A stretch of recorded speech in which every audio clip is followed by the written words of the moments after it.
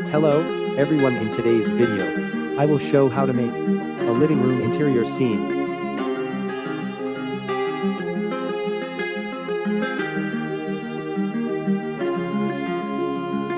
Instead of showing each and everything, I find this is much easier for you all to understand, and keeps the video short.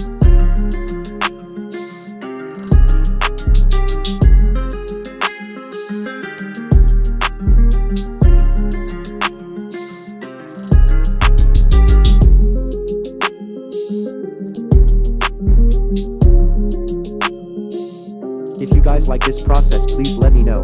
And if you have any questions, please ask them in comments questions.